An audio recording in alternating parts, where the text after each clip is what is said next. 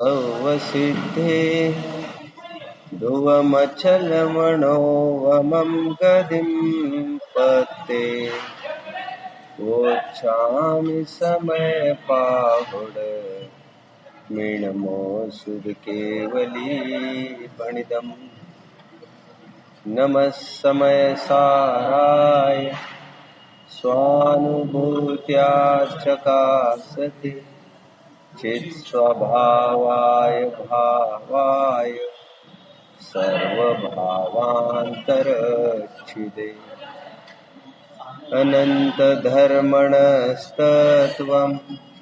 पश्यन्ति प्रत्यगात्मन अनेकान्तमयी मूर्ति नित्यमेव प्रकाशिता परपरिणति हेतोर्मोहनाम्नानुभावा दविरतमनुभाव्य व्याप्तिकल्माशिताया मम परम विशुद्धि शुद्ध चिन्मात्रमूर्ते भवतु समय सार व्याख्यैवानुभूते।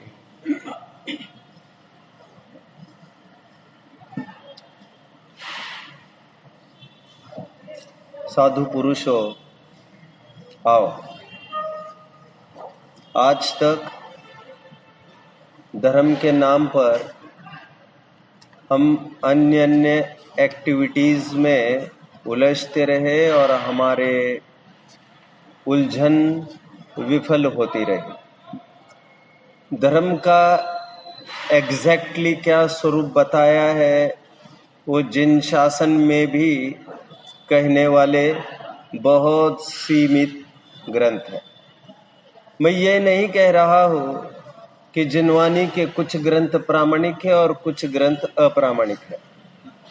मैं ये भी नहीं कह रहा हूँ कि जिनवानी में से कुछ ग्रंथ वितरागता के पोषक है और कुछ राग द्वेष के।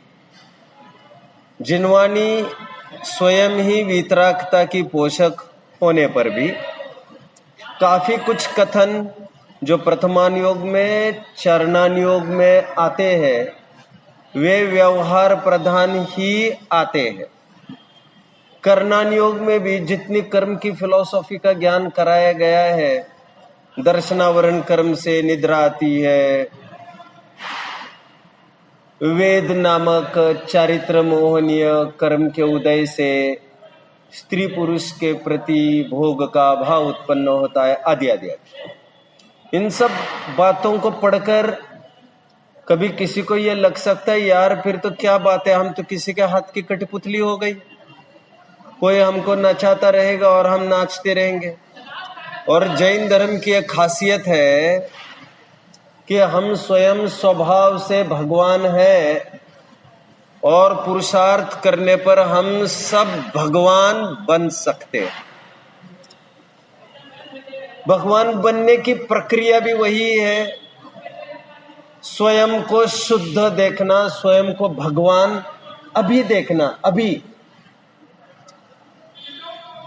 टाइटल पर हमने काफी चर्चा की, थोड़ी सी चर्चा और। आवश्यकों के रूप में पहला आवश्यक बताया गया है, वो आवश्यक कौन सा? बहुत अच्छा, सामायिक। सामायिक का शाब्दिक अर्थ कोई बता सकेगा? सामायिक क्यों कहते हैं इसे? प्लीज। मूल वर्ड सामायिक है, सामायिक। कहीं सामायिक शब्द आता है, कहीं सामयिक ऐसा शब्द आता है। उसके दो अर्थ है जो आपको जानने बेहद जरूरी है। सामयिक इसीलिए कहते हैं क्योंकि वे समय से बंधे होते। विशिष्ट 3 संधि कालों में श्रावक को सामयिक करना चाहिए। सामयिक प्रतिमा, ये तीसरी प्रतिमा बताई गई है। 12 व्रतों में 4 शिक्षा व्रतों के अंतर्गत सामयिक शिक्षा व्रत बताया गया है। ओले बरसो अथवा सोले, दुनिया उथल पुथल हो जाए, बट संधि कालों में श्रावक एक आसन में ही स्थित आपको मिलेगा, जिसमें उस पर कितना भी परिचय उपसर्ग हो जाए, घर में आग भी क्यों न लग जाए, वो टस से मस नहीं होगा, ना बाहर से ना अंदर से, क्योंकि मुनि होने का उसका अभ्यास चल रहा है। शिक्षाव्रत कहते उसे है जो ट्रेनिंग पीरियड होता है। ये मैं पार्डन कुछ वो बता रहा हूं। ये मैंने श्रावकों की अपेक्षा बताया। मुनियों के 4 सामायिक कही है, 4 संधि कालों में सामायिक करता है। संधि काल मतलब संधि मतलब जंक्शन, टू गेट कनेक्टेड। सांध कहते ना हम, सांध पूर्वान, मध्याह्न, अपराह्न और मध्यरात्रि, मतलब रात चली गई और दिन हो गया, दिन चला गया और रात बस हो गई, इसे कहते हैं संधि काल। 2 कालों का मिश्रण। उसके अलावा एक दोपहरी संधि काल कहा है और एक मध्यरात्रि। समय से बंधा होने से उसे सामायिक कहते हैं। और इस समय में आपको स्वाध्याय तो चलेगा ना? नहीं चलेगा। उत्कृष्ट काम के लिए यह समय निश्चित किया गया है। और ग्रंथों को पढ़ना भी एक पराधीनता है, परालंबता है। ग्रंथों का पढ़ने का ही पर्पस था तुम स्वयं में आओ। यह तो आत्मा के बारे में चर्चा है, यह तो आत्मा से चर्चा है।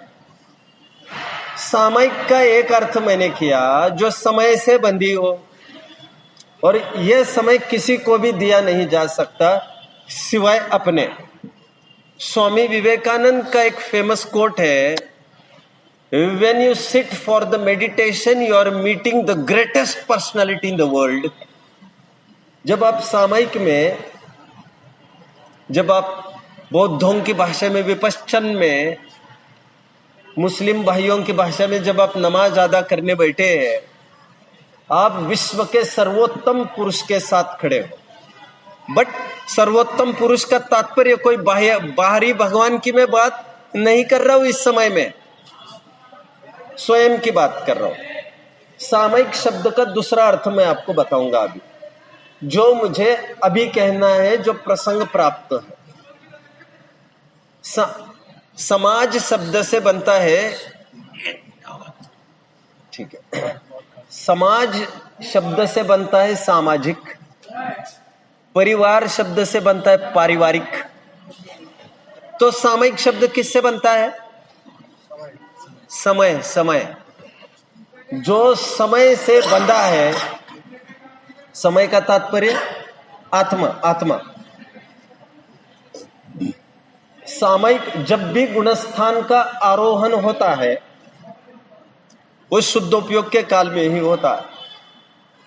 सामायिक वह प्रक्रिया है जिसमें बुद्धिपूर्वक वह आत्मा को छूने की प्रकर्ष चेष्टा करता है। सामायिक का दूसरा अर्थ मैंने कहा,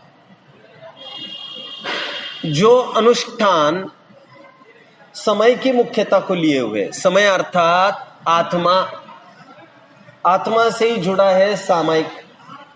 कुछ लोग काफी मात्रा में, वैसे तो श्वेतांबर भाइयों में, बट अल्प मात्रा में दिगंबरों में भी ये चीज पाई जाती है, कुरीति। सामयिक के काल में जाप जपते रहते हैं, कुछ कुछ पुस्तकें पढ़ते रहते हैं। अरे भैया, वे यही नहीं समझते कि जाप देना, पुस्तकें पढ़ना यद्यपि पाप नहीं है तो बहुत अच्छा काम, बट सामायिक के नाम पर थोपे जा रहे हो आप। सामायिक वह प्रक्रिया है जिसमें आपको आलम्बन से छुड़ाया गया।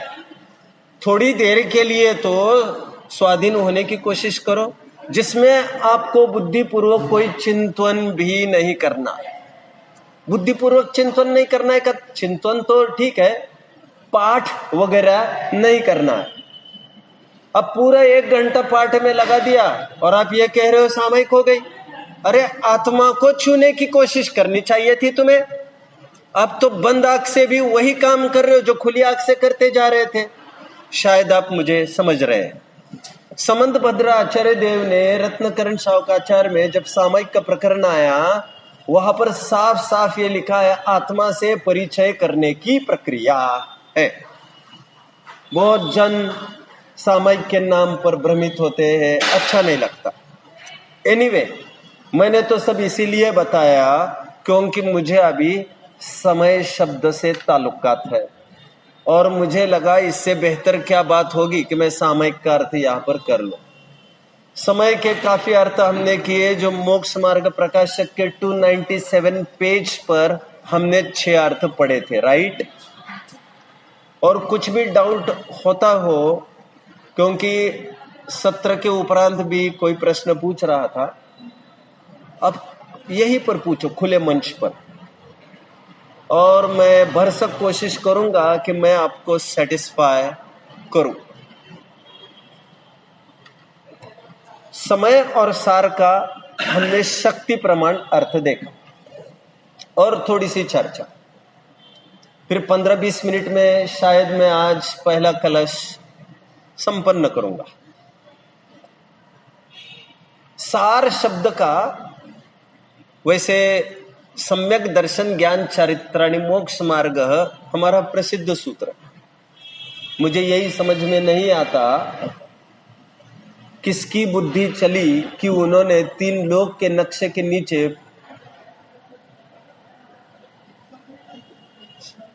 5वें अध्याय का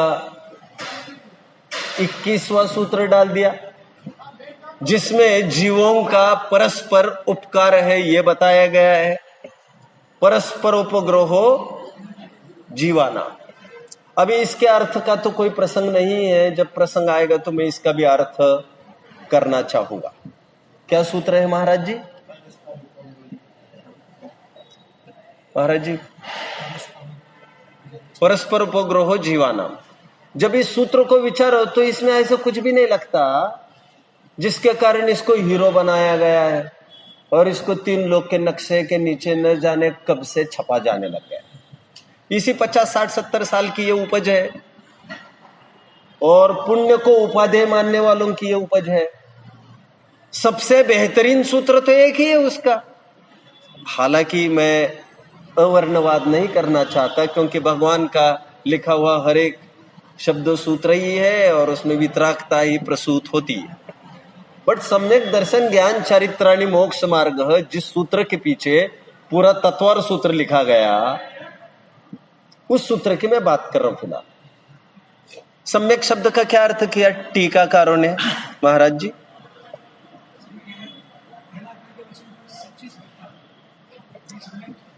सम्यक के नास्ति पर का अर्थ भी किए, विपरीत अभिनिवेश रहित।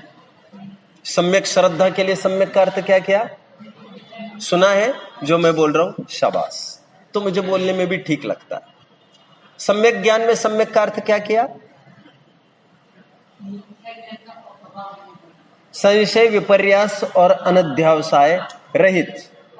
शाबाश। शाबाश मतलब आपका टू द पॉइंट तो उत्तर नहीं बना, क्योंकि जब सम्यक ज्ञान कहा तो मिथ्या ज्ञान का तो अभाव होगा ही। बट एग्जैक्टली क्या? जब सम्यक चारित्र कहते तो सम्यक का अर्थ क्या लिया? अज्ञान रूप प्रवृत्ति से रहित। ऐसा टीकाकारों ने सम्यक के नास्ति पर का अर्थ लिए है। सार शब्द का नास्ति पर का अर्थ आचार्यों ने यहां पर भी लिया है। और आचार्य कहते हैं सार मतलब, देखो सार के 2 अर्थ लेने आपको, एक तो अस्ति परक और एक तो नास्ति परक। किससे युक्त और किससे रहित। सार शब्द में समय सार, तो किससे युक्त? अपने अनंत वैभव से युक्त, अनंत गुणों का समुदाय। यह सार का पॉजिटिव अर्थ हो गया अस्तिपरक। नास्तिपरक अर्थ क्या बनेगा? किससे रहित? पर द्रव्य और पर भावों से रहित। यहां पर टीका में हम जल्दी पढ़ेंगे द्रव्य कर्म, भाव कर्म और नो कर्म से रहित। द्रव्य कर्म, भाव कर्म, नो कर्म समझते हैं आप? मैं थोड़ा समझा देता हूं। जैसे जीव को राग द्वेष उत्पन्न हुए तो ये जीव का भाव कर्म है। अब मैं बहुत डेप्थ में उतरूंगा तो मुझे डर है कि मैं मूल से छूट जाऊंगा। यद्यपि आपको मिलेगा सब कुछ जो शायद अन्यत्र मिलना थोड़ा मुश्किल हो जाएगा, बट इवन देन मेरे पास लिमिटेशंस है। फिर भी मैं थोड़ी हिंट कर देता हूं आपको। क्यों जी? भाव कर्म तो द्रव्य कर्म के साथ अविनाभावी चाहिए ना? कुछ समझ रहे मेरी बात को? Please please again again. वस्तु चतुष्टयात्मक है महाराज जी, वस्तु चतुष्टयात्मक है। चतुष्टयात्मक का तात्पर्य वस्तु 4 डायमेंशन वाली है, द्रव्य, क्षेत्र, काल और भाव। सदैव सर्वम को नेच्छेद स्वरूपादि चतुष्टयात्, ऐसा आप्तमीमांसा में कारिका भी। हर एक वस्तु चतुष्टयात्मक है। हर एक वस्तु का अपना द्रव्य है, अपना क्षेत्र है, अपना काल है और अपना भाव है। हर एक वस्तु का जीव का और कर्मों का अनादिकाल से घुसपैठ चल रही है। ये उत्तर प्रत्युत्तर टू एंड फ्रो चल रहा है। अब मेरा ये कहना है कर्म है, कर्म द्रव्य कर्म की मैं बात कर रहा हूं, ज्ञानवर्ण आदि। तो द्रव्य कर्म प्रकृति, प्रदेश, स्थिति, अनुभाग, ये तो उससे इंटैक्ट है ना। ये तो द्रव्य कर्म के अविनाभावी है सब। उसके क्या प्रदेश है, क्या प्रकृति है, क्या स्थिति है, क्या अनुभाग है। जो अनुभाग है वही भाव कर्म है। फॉलो कर रहे हैं आप लोग सब मुझे कि भारी पड़ रहा है तो थोड़ा इशारा कर दो, एकदम सिंप्लीफाई और डाइल्यूट कर दूंगा। फिर से बहुत अच्छा। द्रव्य कर्म देखो, द्रव्य, क्षेत्र, काल और भाव, हर एक वस्तु चतुष्टयात्मक है। चूंकि कर्म भी एक वस्तु है तो वह भी चतुष्टयात्मक है। प्रकृति द्रव्य, प्रदेश उसका क्षेत्र, स्थिति उसका काल,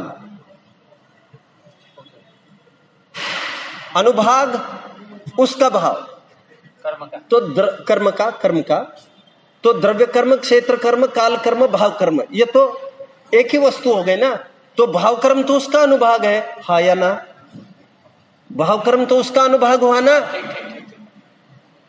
सरल पढ़ रहा, हाथ किसका ऊपर था अभी थोड़ी देर पहले? अभी सरल पढ़ रहा है। भाव कर्म तो एक्चुअली उसके फलदान शक्ति को कहते हैं, कर्म के उसके अनुभाग शक्ति को कहते हैं। परंतु लगभग जीव उतने फलदान शक्ति की परलक्ष्य परिणाम होने से अथवा परलक्षी परिणाम होने पर उतनी ही मात्रा में यहां पर, लगभग उतनी मात्रा में यहां पर भी रिएक्ट करके राग द्वेष को प्राप्त होता है। इसीलिए राग द्वेष को भी उपचार से भाव कर्म कहते हैं। वैसे राग द्वेष भाव कर्म नहीं है। वैसे तो वो जो मोहनीय कर्म का उदय है उसकी फलदान शक्ति वो भाव कर्म है, बट उसको निमित्त करके जीव प्रभावित हो जाता है, कमजोर हो जाता है। और वो जितनी मात्रा में कमजोर हुआ, राग द्वेष रूप परिणमित हुआ, उसको भाव कर्म उपचार से हम कहने लग गए। भाव कर्म को मैंने बताया, भाव कर्म रूप कार्य हुआ जीव का। जैसे राग हुआ, ग्रंथ लिखने का राग हुआ, यह भाव कर्म है। ग्रंथ लिखने का भाव कर्म। इसमें इस कार्य का कारण कौन? जैसे गुस्सा है, गुस्सा रूप भाव कर्म का कारण कौन? एक उदय रूप कारण, क्रोध नामक चारित्र मोहनीय कर्म का उदय। क्रोध कितने हैं जानते हैं आप? 148 प्रकृतियों में 4 प्रकृतियां क्रोध वाली है। अनंत अनुबंधी, अप्रत्यक्ष नाम से। मैं तो लोग तो क्या समझते, क्रोध मतलब गुस्सा, गुस्सा मतलब जो अंदर के जो परिणाम है। अरे भैया, क्रोध कितनी चीजों का नाम है समझ लीजिए। एक तो 4 प्रकृतियां क्रोध की, वे द्रव्य कर्म रूप है। यहां जो आंखें लाल हुई, ओठ फड़फड़ाने लग गए, ये नो कर्म रूप गुस्सा। नो कर्म, नो कर्म। शरीर की एक्टिविटी को, शरीर को कहते हैं नो कर्म। नो कर्म का अर्थ ईशत कर्म। यह शब्द सुना है कभी, नो कर्म? बहुत अच्छा, बहुत अच्छा। ईशत कर्म, ईशत, ईशत मतलब किंचित, स्तोक। क्यों ऐसा क्यों बोल रहे? इसलिए बोल रहे हैं क्योंकि बाहर की स्थितियां हमारे राग द्वेष के पैदा कराने में किंचित निमित्त है। मूल निमित्त द्रव्य कर्म है, द्रव्य कर्म। और फिर भी है तो निमित्त, उपादान तो मैं ही हूं। जब मैं क्रोध रूप परिणमित होता हूं तो उन पर आरोप आता है, उपचार आता है। उपादान निमित्त शब्द सुने हैं? उपादान की परिभाषा कोई बताएगा? जो कार्य रूप परिणमे उसे उपादान कारण कहते हैं। जो कार्य रूप तो न परिणमे परंतु परिणमन होने समय जिस पर अनुकूलता का आरोप आता है उसे निमित्त कहते हैं। एनीवे, मुझे तो अभी 3 चीजें बतानी थी, द्रव्य कर्म, नो कर्म, भाव कर्म। राग द्वेष उत्पन्न हुआ, जीव का विकार्य भाव कर्म। कार्य जो उदय रूप कारण है वह द्रव्य कर्म। जो आश्रयभूत कारण है, गाली, किसने गाली दी, गुस्सा आया, इसे कहेंगे नो कर्म।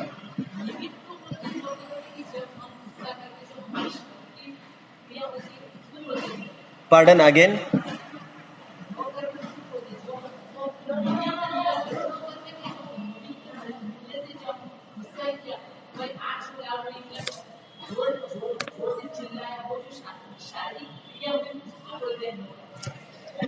बहुत अच्छा, क्योंकि अभी अभी में मैं 2 प्रकार की बातें कह गया और मेरे ही कहने पर फिर आप क्वेश्चन कर रहे। It's right. यथार्थ रूप से तो नो कर्म शरीर को ही कहते हैं, लेकिन उपचार से जो जो राग द्वेष में हम निमित्त बनाते हैं जिसको, उस पर भी नो कर्म पने का आरोप आता है, क्योंकि वो ईशत कर्म हो गए, ईशत कारण हो गए। वो आश्रय, जीव ने आश्रय किया उसको और वो का गुस्सा आदि हुआ। अगेन, मैं सार का अर्थ कर रहा हूं। सार का मैंने अस्थि पर का अर्थ किया। अनंत गुणों का अभेद पिंड, ज्ञान दर्शन चारित्र वीर्य आदि अनंत गुणों का अभेद पिंड। सार का नास्ति पर का अर्थ किया, पर द्रव्य और पर भावों से भिन्न। पर भाव से भिन्न मतलब पर द्रव्यों के भावों से और पर द्रव्यों को लक्ष्य करके अपने में उत्पन्न होने वाले भावों से। कठिन पड़ रहा है? फिर से पर भाव के मैंने 2 अर्थ किए। एक तो पर का भाव, स्पर्श रस गंध वर्ण आदि, ये पर का भाव है। अनेक तो पर को लक्ष्य करके अपने में उत्पन्न होने वाला भाव, इसे भी मैं पर भाव कह रहा हूं। अरे ये तो स्व में उत्पन्न हुआ है, फिर भी पर के लक्ष्य से हुआ है, हमारे लिए घातक है, हमारे लिए है दुखकारी है, जल्द से जल्द हम उससे छूटना चाहते हैं, इसीलिए उसे अध्यात्म में अपना नहीं कहते हैं। इसलिए शुद्धात्मा का अर्थ, समय सार का अर्थ द्रव्य कर्म, नो कर्म, भाव कर्म से रहित। द्रव्य कर्म और नो कर्म तो है ही पर द्रव्य। नो कर्म स्थूल पर द्रव्य है, द्रव्य कर्म सूक्ष्म पर द्रव्य है। लेकिन भाव कर्म अपनी पर्याय होने पर भी उससे रहित आत्मा की अनुभूति की प्रेरणा इस ग्रंथ में दी जाएगी। क्यों? क्योंकि जो राग द्वेष है वे भी मेरे त्रिकाल भाव नहीं, मेरे त्रिकाल स्वभाव भाव नहीं। फॉलो कर रहे हैं? आगे बढ़ता हूं मैं। इस प्रकार सार का भी मैंने नास्ति परक अर्थ किया। नियम सार है आपके सामने, नियम सार को थोड़ा खोलिए, नियम सार की तीसरी गाथा खोलिए। जिनके पास नहीं है वे सहज हो जाइए, बस गौर कीजिए। प्रश्न उत्पन्न हुआ, ये नियम सार क्या है? नियम सार शब्द सुना है कभी? नहीं सुना? ओके ओके, ये प्रसिद्ध ग्रंथ है, प्रसिद्ध ग्रंथ। नियम सार शब्द का अर्थ आचार्य देव स्वयं कर रहे हैं नियम सार ग्रंथ में। तो वे कह रहे हैं नियम से जो करने लायक है वह नियम, क्या नियम से जो करने लायक है वो नियम। नियम से क्या करने लायक है? सम्यक दर्शन ज्ञान चारित्र, यही करने लायक है और कुछ नहीं। सार मतलब ये तो नियम, सार मतलब तो सार का मतलब कह रहे सम्यक दर्शन ज्ञान चारित्र से विपरीत भाव है उनका परिहार समझना चाहिए। मैं तो आपको इतना भर बता रहा हूं, सार का अर्थ किससे रहित यह बताया जाता है, क्योंकि कानून की यह चुस्त शैली है। किसी बात को भी प्रस्तुत करना है तो उसे अस्थिपरक भी प्रस्तुत किया जाता है और नास्तिपरक भी। कोर्ट में जब कटघरे में खड़े रहते हैं तो क्या प्रतिज्ञा ली जाती है? मैं सच बोलूंगा, सच के अलावा कुछ नहीं। जो भी मैं कहूंगा सच कहूंगा, इतना पर्याप्त था ना। लेकिन फिर भी यह अस्थि हो गई और कानूनन भाषा ये बोलती है कि तुम वो भी बोलो आगे की बात कि मैं असत्य नहीं बोलूंगा, क्योंकि मैं सत्य बोलूंगा मैं असत्य भी बोलूंगा, मतलब उभय भी बोलूंगा। अरे ये क्या बात हो गई? सत्य बोलूंगा अलोन वन डू, असत्य नहीं बोलूंगा। उसी प्रकार यहां पर नियम सार में सार का अर्थ क्या बताया? विपरीत भावों से रहित। सम्यक दर्शन ज्ञान चरित्र के विपरीत भाव कौन से है? मिथ्या दर्शन ज्ञान चरित्र और साथ साथ व्यवहार सम्यक दर्शन ज्ञान चरित्र। व्यवहार सम्यक दर्शन ज्ञान चरित्र क्या है? शुभ भाव, निशंकित निकांक्षित आदि 8 गुण का पालन का भाव, शब्दाचार अर्थाचार उभयाचार आदि पालन रूप शुभ भाव, और 5 महाव्रत 5 समिति 3 गुप्ती को पालने संबंधी शुभ भाव, इनसे रहित वो नियम सार होता। फॉलो कर रहे हैं आप सभी जन? फॉलो कर रहे हैं जो मैंने कहा? मतलब शुभ से रहित बोले तो शुद्ध पकड़। यस, शुभ भाव वास्तविक धर्म नहीं, बहिर्लक्षी परिणाम। व्यवहार सम्यक दर्शन कहा जाते देव शास्त्र गुरु की प्रति भक्ति, 7 तत्वों का श्रद्धान व्यवहार सम्यक दर्शन। लेकिन यह सब विकल्प रूप है। शुभ भाव रूप होने से इनका भी परिहार करना है। और शुद्ध सम्यक दर्शन का तात्पर्य, निश्चय सम्यक दर्शन का तात्पर्य यह मैं आत्मा ऐसा श्रद्धान। मैं तो अभी सार शब्द का अर्थ बता रहा था इतनी देर आपको। नियम सार शब्द में स्वयं ऐसे शब्द का प्रयोग कुन स्वामी ने वहां पर किया है। समय सार में भी ऐसे शब्दों का प्रयोग टीकाकार ने किया है जरूर, कुन स्वामी कुछ नहीं बोल रहे। मैंने सोचा इस समय में यह कारगर होगा। अभी आइए हम पहले कलश की ओर बढ़ लेते। नियम सार को अभी कीप इट असाइड, मैं पहले कलश की थोड़ी सी चर्चा अभी कर लूं। आइए एक बार पाठ कर लेते हैं पहले कलश का। नमः समय साराय स्वानुभूत्या चकासते चेत स्वभावाय भावाय सर्वभावांतरच्छिदे। 1 नंबर पेज पर है महाराज जी। आपने फ्लैग भी लगाया होगा ना वहां पर, मिल गया? आप पढ़ के दिखाइए मुझे श्लोक।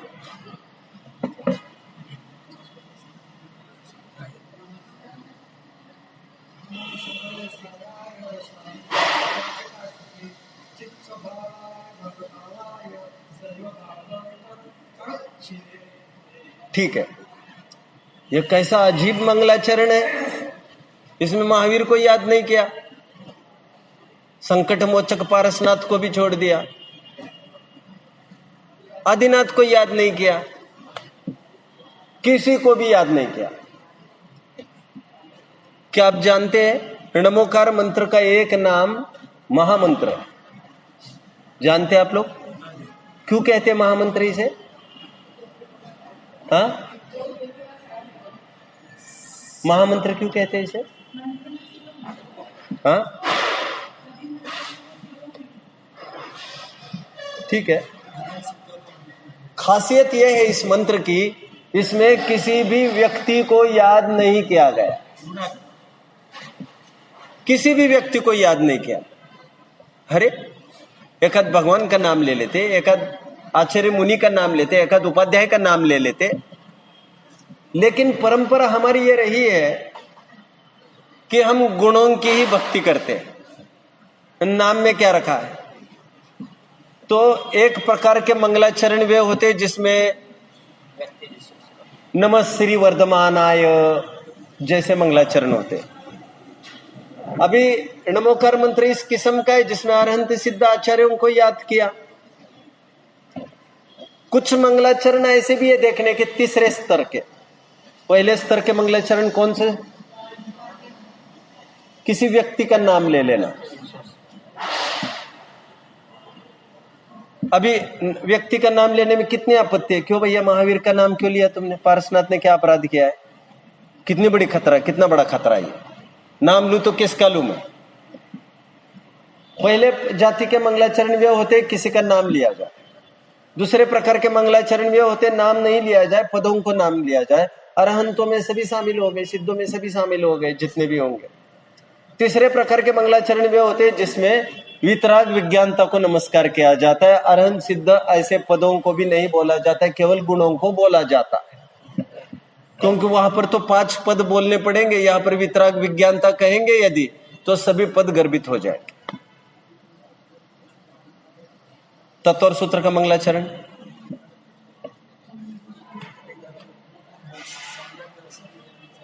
तत्व और सूत्र का मंगलाचरण बोलिए।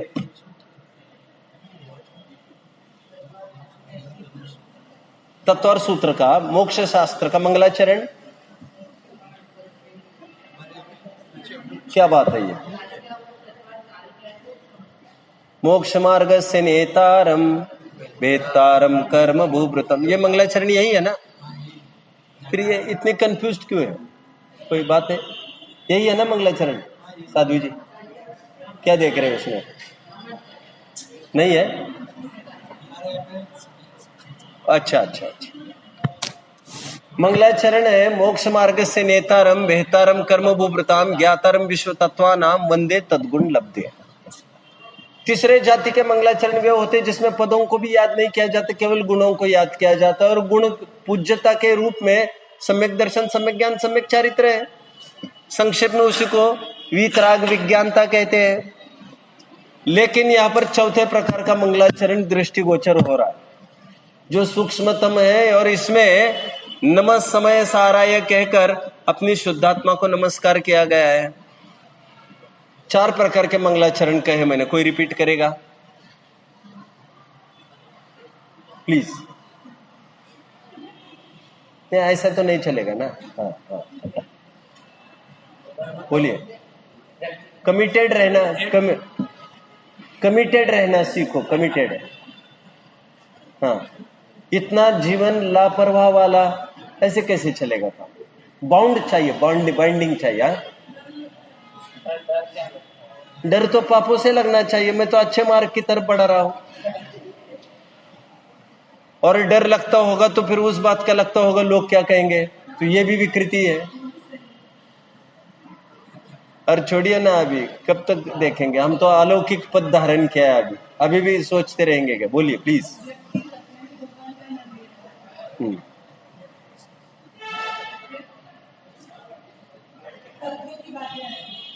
सॉरी।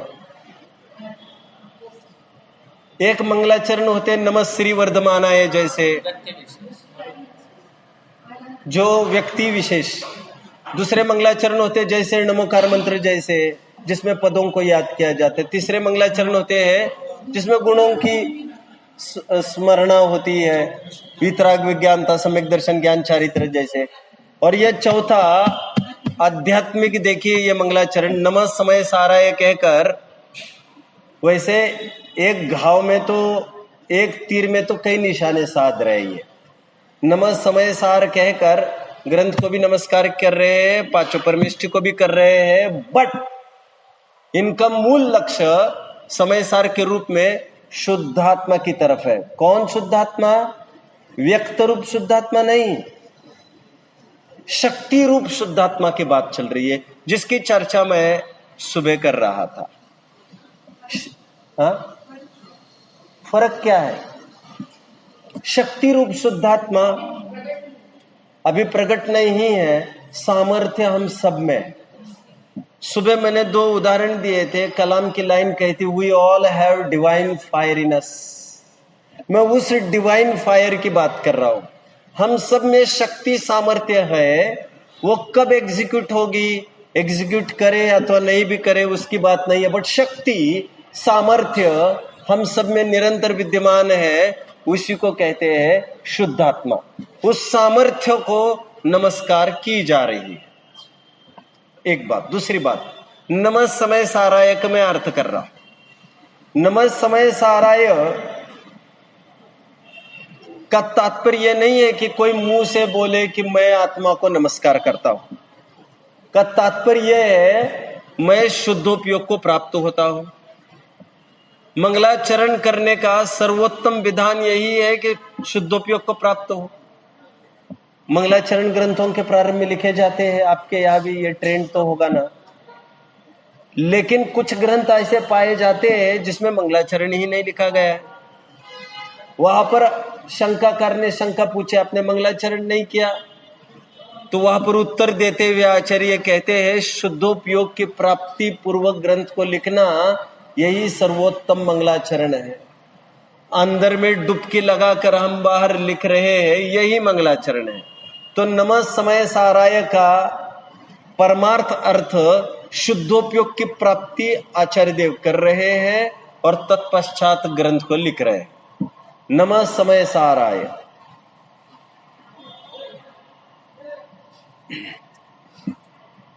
शुद्धात्मा को नमस्कार करता हूं। 4 विशेषताएं वाला बताया गया है। भावाय, चित स्वभावाय, स्वानुभूत्या चकासते और सर्वभावांतरच्छिदे। 4 क्वालिटीज बताई जा रही है। कैसा है वो समय सार जिसको मैं नमस्कार करता हूं? नमस्कार करता हूं अर्थात जिसका मैं आश्रय लेता हूं। नमस्कार का अर्थ यहां पर फिजिकल एक्टिविटी नहीं, परमार्थ नमस्कार वो है कि अपने स्वरूप में ही डुबकी लगाना, ये परमार्थ नमस्कार। अपने गुरु के प्रति सच्चा ट्रिब्यूट वो है कि गुरु जैसे बन जाना। देखिए, मैं स्कूल में था और जब भी पेपर आते थे, फाइनल एग्जाम्स आती थी, ये वो टाइम था जब हम अपने टीचर्स की खूब इज्जत करते थे, खूब रिस्पेक्ट करते थे। लेकिन जब एग्जाम हॉल में पेपर लिखने बैठते थे तो मुझे पर्सनली ऐसा एक्सपीरियंस आता था, टीचर लोग आकर मेरे पास खड़े रहते और किसी के पास नहीं, मेरे ही पास, और वे भी उत्तर पत्रिका देखते रहते। ऐसे में तो भारी हड़बड़ी हो जाती है। अरे भैया, आदमी यहाँ पर क्यों रुका है? जाओ ना भैया, तुम तशरीफ ले जाओ यहाँ से, तब तो मैं लिख पाऊं। लेकिन ऐसा बोल तो नहीं सकते हम किसी को। तो मैंने आखिर ये निर्णय कर लिया कि भैया हम तो इनको हटा नहीं सकेंगे, ये तो बने रहेंगे, हमें इनको दृष्टि से हटाना पड़ेगा। जब तक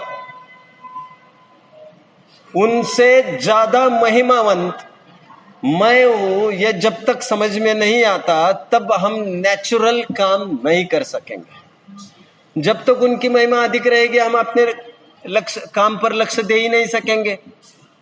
भगवान की तरफ जब तक हमारी अतीव भक्ति बनी रहेगी, तब तक हम आत्मकल्याण नहीं कर सकेंगे। देखिए ना, अभी दीपावली पर्व आ रहा है, 30 साल हो गए गौतम आदर भक्ति से भगवान की वाणी को सुने जा रहे थे। 30 साल हो गए। आपको क्या लग रहा है, ये अच्छा टाइम चल रहा है गौतम का? जी हुजूरी करते फिर रहे हैं। अच्छा टाइम तो अभी आने वाला है। कब? जैसे ही महावीर भगवान निर्वाण की प्राप्ति कर गए, उसी दिन उन्हें केवल ज्ञान हुआ। पर लक्ष्य हटा, स्वलक्ष्य हुआ, उत्थान का, प्रगति का उपाय वह है। जब तक बाहर में कोई महिमावंत वस्तु दिखती है, तब तक हमारी उतनी महिमा नहीं आ सकती। अरे मैं भी कुछ कम नहीं हूं। आदिनाथ से लेकर महावीर तक जितने भी पैदा हुए हैं, वह अपुन से पैदा हुए हैं। मुंबई की भाषा, अपुन से पैदा हुए। अपुन से मतलब आप मतलब तो आत्मा होता है। अपने से पैदा हुए जितने भी हुए हैं, तो महिमा आदिनाथ से लेकर महावीर तक की कब तक? जो मेकर है, किंग मेकर है, उसकी महिमा क्यों नहीं आ रही है? क्या आदिनाथ के पहले बाहुबली जी मोक्ष नहीं गए? और राइट किन का बनता था? आदिनाथ ने सबसे पहले सबको मार्ग दिखाया, हा या ना? इस काल की मैं बात कर रहा हूं। अभी तक भोग भूमि चल रही थी, लोग तो कुछ भी नहीं समझते थे, आहार विद्या नहीं जान रहे थे वे तो। पहले बार आदिनाथ ने पहला शो किया, सबको 6 द्रव्य 7 तत्व बताए, और उनके शो चलते रहे, और बाहुबली जी अपना काम कर गए। अरे तुम देते रहो ये शो, अबे हम काय के लिए रखड़ते फिरे? हमसे बढ़कर कोई भी भगवान नहीं। ये जब तक महिमा नहीं आती, तब तक वो मजा कभी नहीं आ सकता। तब तक रहेंगे तो गुलाम। राहुल सांकृत्यायन नाम के एक दार्शनिक हुए, बौद्ध फिलोसोफर, पंडित राहुल सांकृत्यायन, नाम सुना है ना? उस राहुल सांकृत्यायन ने यह लिखा है, बहुत विद्वान हुए, उन्होंने लिखा है, जैनियों में खास बात यह है, जैनियों के भगवान ने जैनियों को सर्वोत्तम वस्तु कोई दी होगी तो वह यह है कि उन्होंने अपने भक्तों को अपनी गुलामी से भी छुटकारा दिलाया। अब महावीर के पास जाओगे तो महावीर कहेंगे, भैया तुम किसी बात अधूरे नहीं हो, तुम क्यों समय बर्बाद कर रहे हो यार? ये तो हमारी कमजोरी, हम जा रहे हैं। महावीर की शर्त नहीं है कि तुम मेरे चक्रे रोज काटते रहना। उनकी आज्ञा यही है कि सभी जन आत्मा की प्राप्ति करो। ये तो हमारी कमजोरी नहीं कर पा रहे हैं, तो हम उनके पास जा। नमः समय साराय का तात्पर्य, मैं शुद्धात्मा को नमस्कार करता हूं। शुद्धात्मा को नमस्कार करता हूं मतलब ऐसा नहीं, शुद्धात्मा को नमस्कार मतलब ऐसा कुछ नहीं है कि शुद्धात्मा कोई फोटो लगाओ और उसको ढोक देते रहो। नमस्कार का अर्थ यहां पर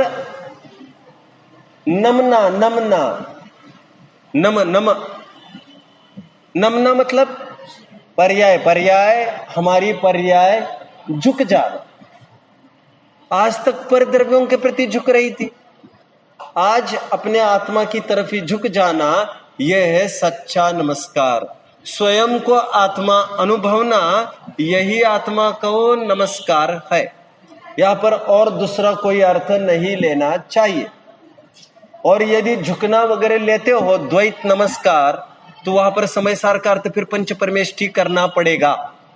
यदि समय सार का अर्थ शुद्धात्मा करेंगे तो द्वैत नमस्कार संभव नहीं है, वह अद्वैत नमस्कार ही संभव है। द्वैत नमस्कार अद्वैत नमस्कार समझते हो? नहीं? आपने सुना है द्वैत नमस्कार अद्वैत नमस्कार? द्वैत नमस्कार में पूज्य और पुजारी अलग अलग होते हैं, अद्वैत नमस्कार में मैं ही पूज्य और मैं ही पुजारी। मेरी पर्याय ने मेरे ध्रुव को स्वीकार किया कि यही मेरे भगवान है, यही परिपूर्णमय वस्तु हो, बस हो गए वो निहाल। एनीवे, नमः समय सार है। समय सार के 4 विशेषण किए शुद्धात्मा के। भावाय, चित स्वभावाय, स्वानुभूत्या चकासते, सर्व भावांतरच्छिदे, 4 विशेषण किए। मैं आपसे सुनना चाहूंगा वे 4 विशेषण प्लीज। कैसा है वो शुद्धात्मा? भावाय, भावाय। दूसरा चित स्वभावाय। तीसरा स्वानुभूत्या चकासते।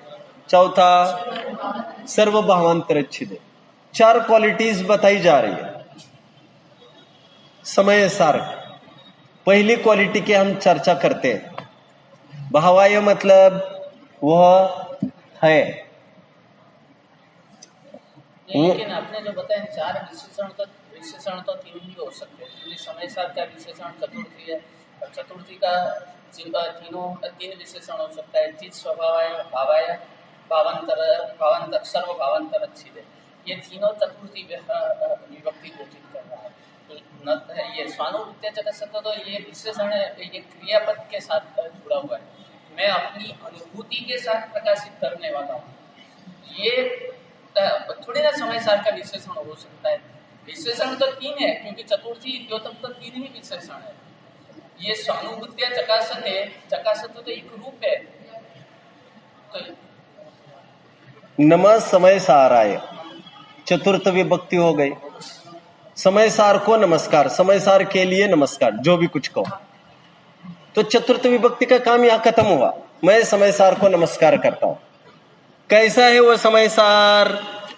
भावाय, चित स्वभावाय, सर्व भावांतरच्छिदे, स्वानुभूत्या चकासते और सर्व भावांतरच्छिदे। 4 क्वालिटीज वाला है। देखो, इसका अर्थ कई प्रकार से लगने को लग सकेंगे।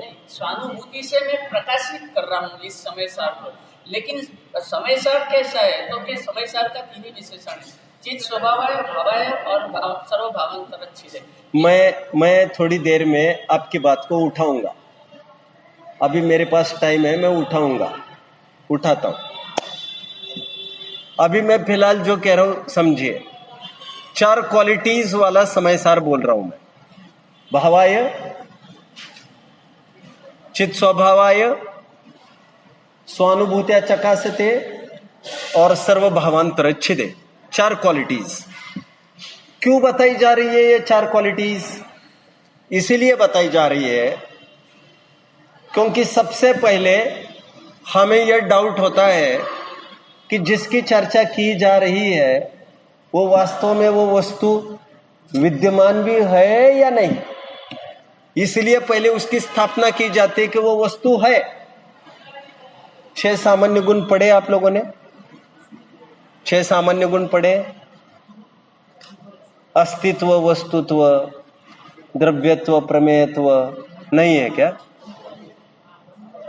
नहीं पढ़े? अच्छा, क्योंकि वहां पर तो सब जानते थे एक्चुअली, हेमनीलय जी महाराज साहब के पास। तो ठीक है, ये भी कभी समझ लेने चाहिए। सामान्य गुण कुछ बताए। सामान्य गुण और विशेष गुण होते हैं, ये सुना है। जैसे धर्म द्रव्य का गति हेतुत्व, अधर्म द्रव्य का स्थिति हेतुत्व, आत्मा का ज्ञान दर्शन, उद्गल का स्पर्श रस गंध वर्ण, काल द्रव्य का परिणमन हेतुत्व, आकाश द्रव्य का अवगाहन हेतुत्व, ये विशेष गुण हो गए।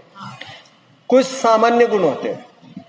सामान्य गुण उसे कहते हैं जो सभी द्रव्यों में पाए जाते हैं। जैसे अस्तित्व, सभी द्रव्यों में अस्तित्व गुण है। अस्तित्व गुण है द्रव्य में, तभी तो द्रव्य है। वस्तुत्व गुण है, तभी तो वह प्रयोजनभूत है, कार्यकारी है, आदि। द्रव्यत्व गुण है, तभी तो प्रत्येक समय में परिणमन कर रहा है। प्रमेयत्व गुण है, तभी तो द्रव्य किसी न किसी के ज्ञान का विषय बन रहा है।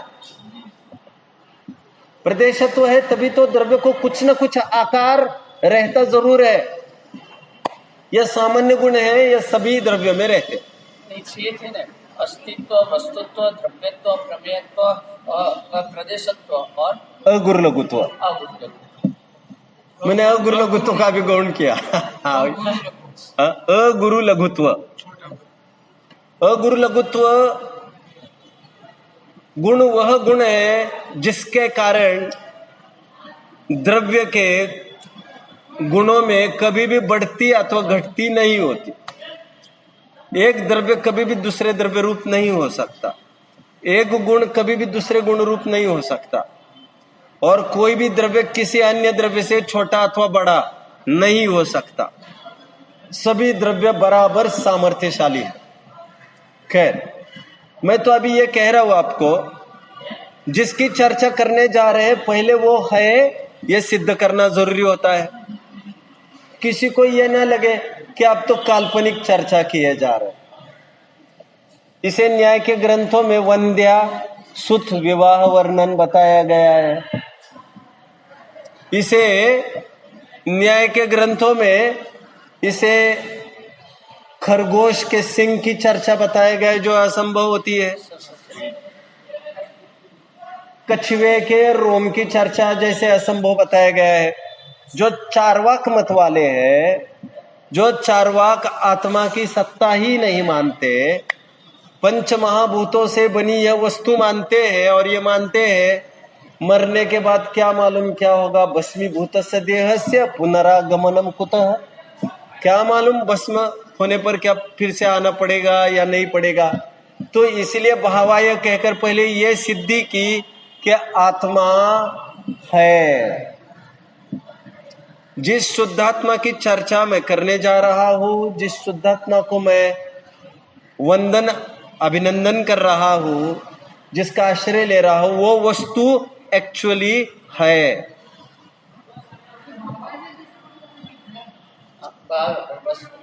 भू धातु से बना है। भू धातु का अर्थ होना, होना, वो सत्ता है। और मैं हूं, ये किसी को पूछना पड़ता है क्या?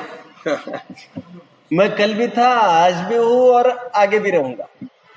भले ही कोई इस पर्याय संबंधी सत्य मानता होगा, बट अनुमान से वो ये जरूर बात मानेगा कि पूर्व भाव का कुछ न कुछ तो होना चाहिए, जिसको लेकर कोई फुटपाथ पर पैदा हुआ है और कोई राजमहल में पैदा हुआ है। पूर्व किए कर्मों का कुछ न कुछ यदि कोई मानता हो तो उसे इहलोक परलोक जरूर मानना पड़ेगा, और उससे जीव की सत्ता होती है अनादि निधन। मैं पहले भी था, आज भी हूं और आगे भी बना रहूंगा। निद्रा के काल में भी हम रहते हैं कि नहीं रहते हैं? हम जिंदा रहते हैं कि नहीं रहते हैं? सचेत रहते हैं कि नहीं रहते हैं? किसी ने आकर यह कहा मैंने कल यह सपना देखा, तो मेरा ये प्रश्न है, सपने नींद में देखे जाते हैं या जागृत अवस्था में?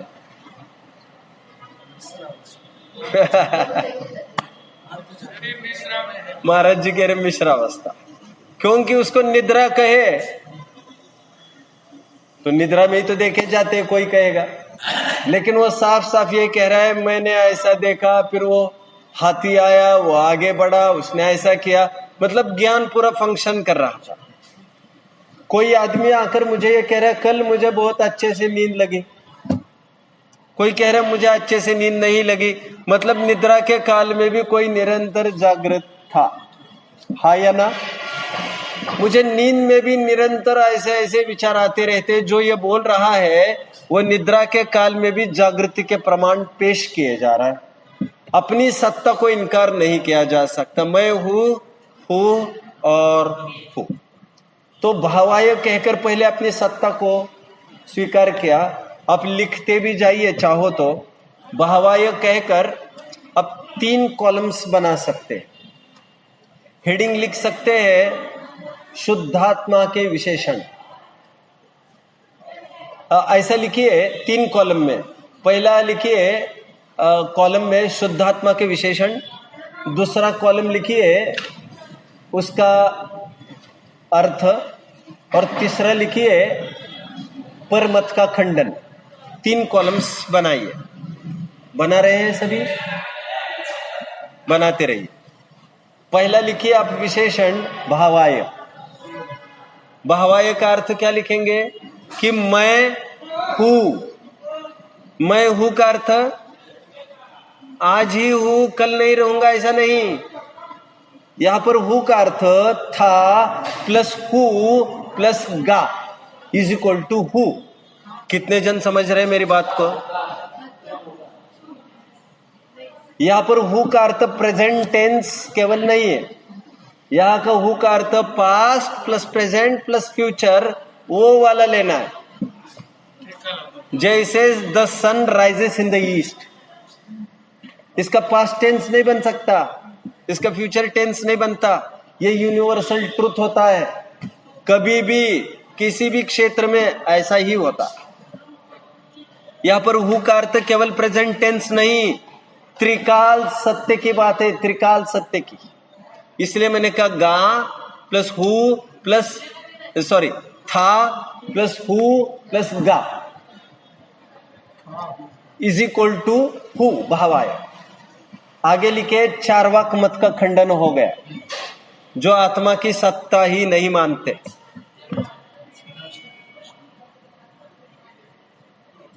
दो, अब मैं ज्यादा समय इसमें नहीं लगा रहा हूं, क्योंकि आपने तो खूब तर्क पढ़े होंगे। आत्मा की सत्ता को नहीं मानने वाला, इनकार करने वाला भी तो चेतन वस्तु ही तो है, चित स्वभाव है। यह तर्क समझ में आ रहा है मैंने जो कहा अभी? जो आत्मा का इनकार करता है, आत्मा की सत्ता का इनकार करता है, वो भी तो जान ही रहा है, जानकर ही तो बोल रहे हो। राइट राइट राइट राइट, उसके आत्मा होने की वह गवाही दे रहा है। दो चित स्वभाव आए। अब कुछ दर्शन ऐसे है, चित स्वभाव का अर्थ लिखे ज्ञान दर्शनात्मक। आत्मा कैसा है?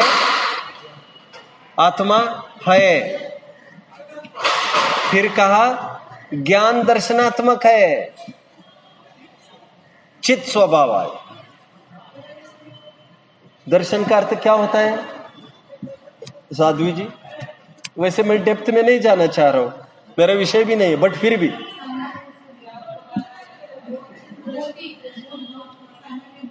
सामान्य सामान्य सामान्य ज्ञान। महाराज जी आप बताइए।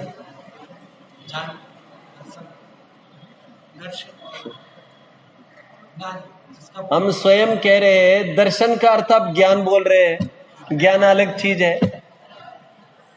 आप समझ रहे हैं मेरी बात को? सामान्य अवलोकन और विशेष अवलोकन, सामान्य प्रतिभास और विशेष प्रतिभास। दर्शन देखता है, ज्ञान जानता। यह दर्शन का अर्थ देखना मतलब आंखों से देखना क्या? तो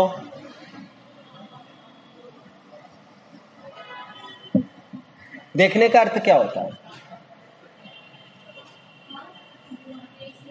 हाँ, आंखों से देखना। हाँ,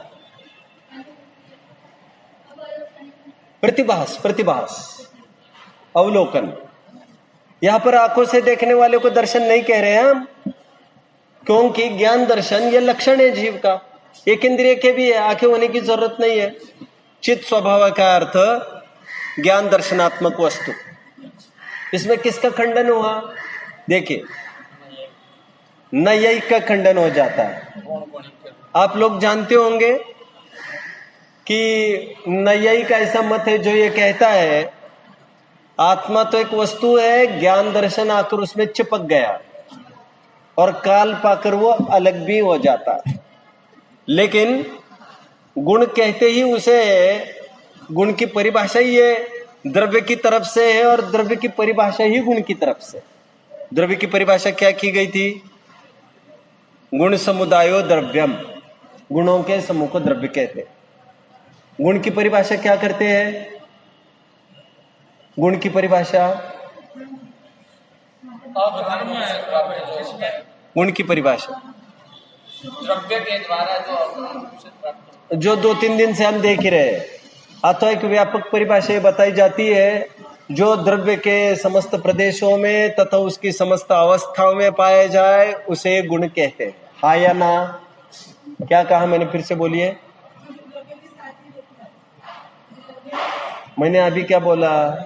जो द्रव्य के सभी प्रदेशों में तथा उसकी सभी अवस्थाओं में पाया जाए उसे गुण कहते। फिर से बोलिए। जो द्रव्य के समस्त प्रदेशों में तथा उसकी समस्त अवस्थाओं में, प्रदेश मतलब क्षेत्र, अवस्था मतलब काल, द्रव्य क्षेत्र काल भावात्मक है ना वस्तु।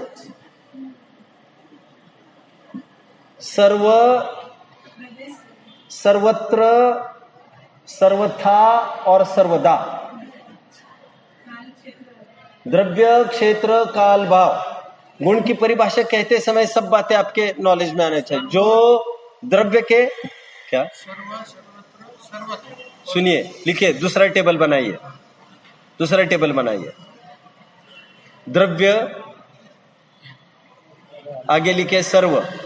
सुनिए, क्षेत्र के द्रव्य के नीचे लिखे क्षेत्र, वहां लिखे सर्वत्र, काल लिखे सर्वथा, भाव लिखे सर्वथा।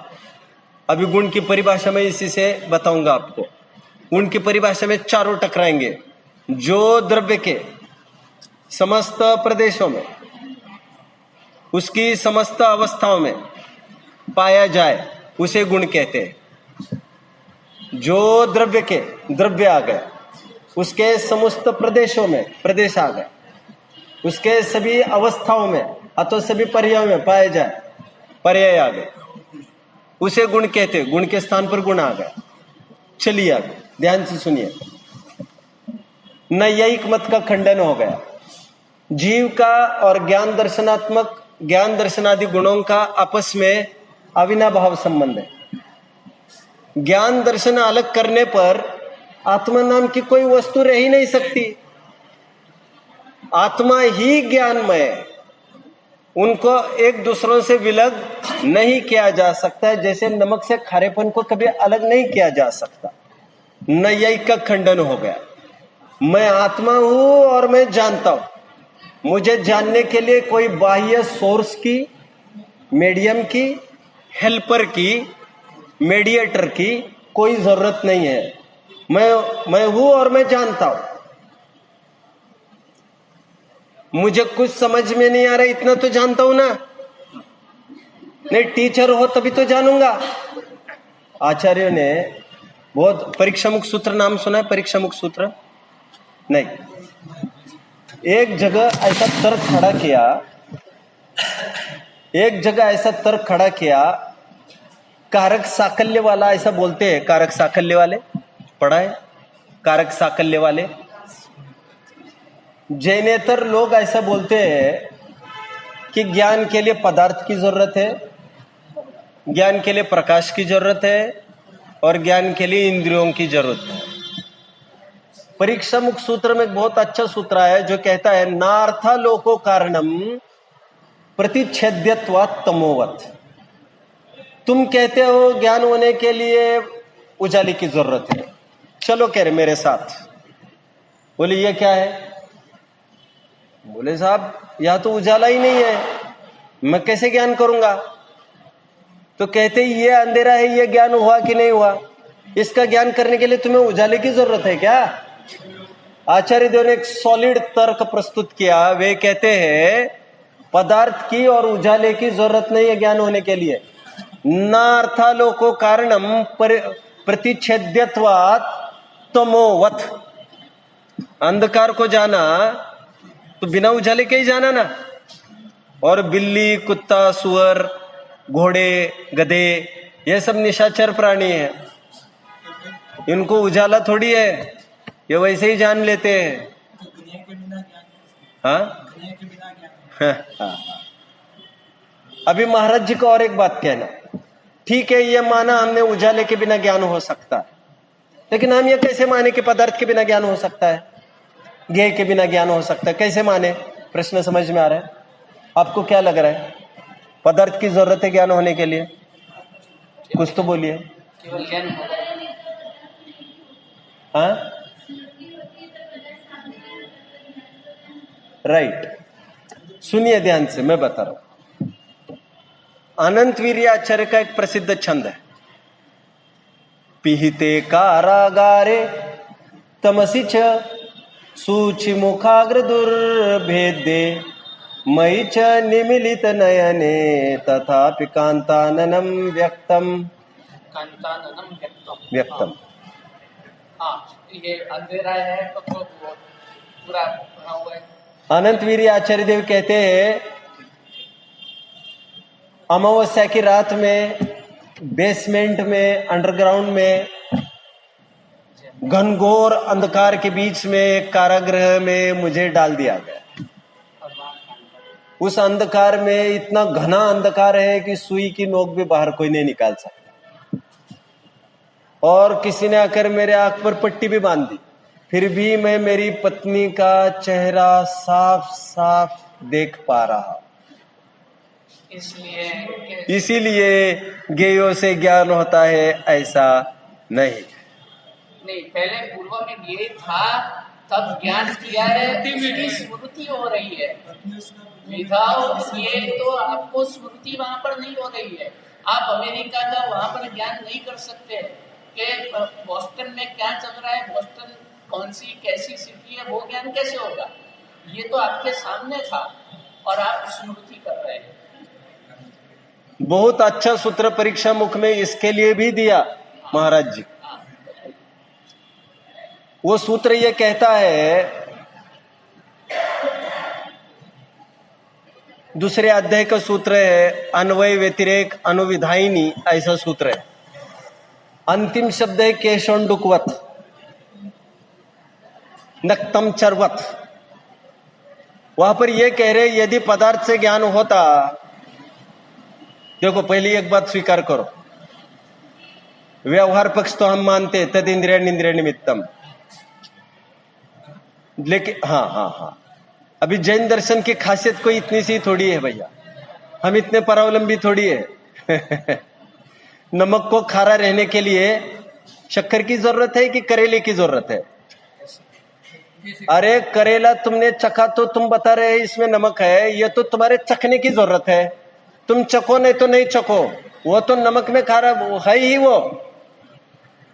वो तो बाय चांस गे है। लेकिन ज्ञान ज्ञेयों के अधीन नहीं है, तभी तो हम उसे स्वयं समृद्ध कहते हैं।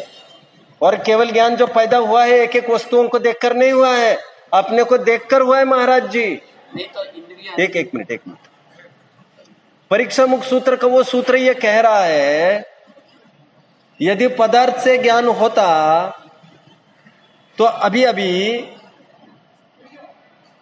तुमने ऐसा किया, तुम्हें यह लगा कि ये मक्खी आ गई, और अप्रैल फूल वहां मक्खी थी नहीं, वहां तो तुम्हारा ही बाल यहां से वहां गिर गया, तो तुम्हें मक्खी पने का ज्ञान, पदार्थ से तो ज्ञान हुआ नहीं।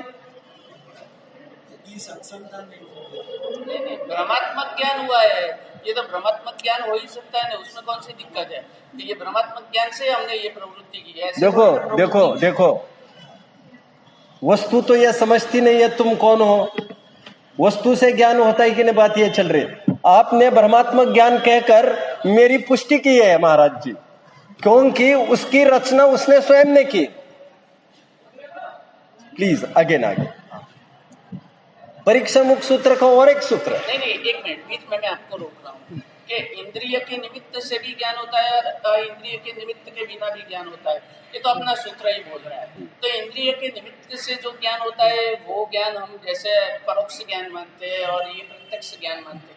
प्रत्यक्ष ज्ञान के लिए ज्ञेय की कोई आवश्यकता नहीं है, परोक्ष ज्ञान के लिए ज्ञेय की आवश्यकता है। विदाउट ज्ञेय परोक्ष ज्ञान हो ही नहीं सकता है, ये हमारी मान्यता है, हम ये सोच रहे और समझ रहे हैं। आपकी मान्यता बिल्कुल सही है, लेकिन वो आगमिक विवक्षा में, इसलिए मैंने अभी एक बात कही, तद इंद्रिय निमित्तम, ये तो हम मानते ही है। ये तो एक बात, लेकिन ज्ञान इंद्रिय हो अथवा अतीन्द्रिय, जैसे हमने कहा मति श्रुत ज्ञान परोक्ष ज्ञान है। परोक्ष का अर्थ ये होता है जो अक्ष पर के अधीन वर्तता हो, जो ज्ञान पर के अधीन वर्तता हो, इंद्रिय, प्रकाश आदि आदि। और प्रत्यक्ष अवधि मन पर केवल ज्ञान कहते ही उसे है जिसमें किसी की भी जरूरत नहीं होती, ज्ञान बाय सेल्फ होता है। परमार्थ बात यह है, निश्चय से बात ऐसी है, ज्ञान ज्ञान से ही प्रवृत्त होता है। उसमें देखो समय सार को पढ़ने की खासियत ये है, किसी को चश्मे से ज्ञान होता है, किसी को चश्मे से ज्ञान नहीं होता है, ऐसा नहीं, ऐसा नहीं। ज्ञान सबको बाय सेल्फ ही होता है, बट किसी किसी को चश्मे का होना एक निमित्त हो जाता है, किसी को वो निमित्त नहीं होता है। बट तब भी जानता, यदि चश्मा जानता, चश्मे के कारण जानने में आता तो पुतला भी जानने लगता। सामर्थ्य मेरी है जानने की। वो तो ठीक बस है, बस उसमें तो बस कोई बस दिक्कत नहीं। हाँ, वो सामर्थ्य तो मेरा ही है, सामर्थ्य Right. भी सिर्फ आपका नहीं है। राइट राइट राइट वो चश्मा निमित्त के रूप में तो मानो तो सही, निमित्त रूप बैठा हुआ है। Right right right. निमित्त को नहीं मानते तो चश्मा पहनते ही नहीं। हाँ ठीक, निमित्त को मानते राइट राइट राइट। एक बहुत सुंदर सूत्र है महाराज जी परीक्षा मुख सूत्र में, दूसरे अध्याय का 9वां सूत्र, स्वावरण क्षम लक्षण योग्यतया ही प्रतिनियतम अर्थम व्यवस्थापयति।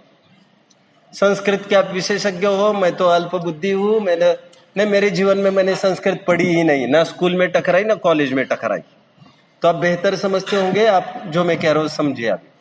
स्वावरण क्षम लक्षण योग्यतया ही प्रतिनियतम अर्थम व्यवस्थापयति। माणिक नंदी आचार्य देव यह कहते हैं कि ज्ञान की रचना, ज्ञान कैसे होता है, तो कहते हैं अपने अपने आवरण संबंधी क्षयोपशम होना, वस्तु संबंधी आवरण का क्षयोपशम हुआ। जैसे किसी को इस फ्लैप का ज्ञान हुआ, तो कह रहे इसका ज्ञान क्यों हुआ, तो कहते यहां पर इसके कारण नहीं हुआ, फ्लैप का ज्ञान, फ्लैप के कारण। इस समय में ज्ञान में फ्लैप संबंधी मति ज्ञानावरण कर्म का क्षयोपशम हुआ और तुम्हें फ्लैप का ज्ञान हुआ। और तो वहां पर आगे ये कहते हैं कि ज्ञान इतना समर्थ है, कौन से ज्ञान में कौन सा ज्ञ झलकेगा ये भी नक्की है। प्रतिनियतम अर्थम व्यवस्थापयति। कुछ समझ रहे हैं? सुनिए मेरी बात को।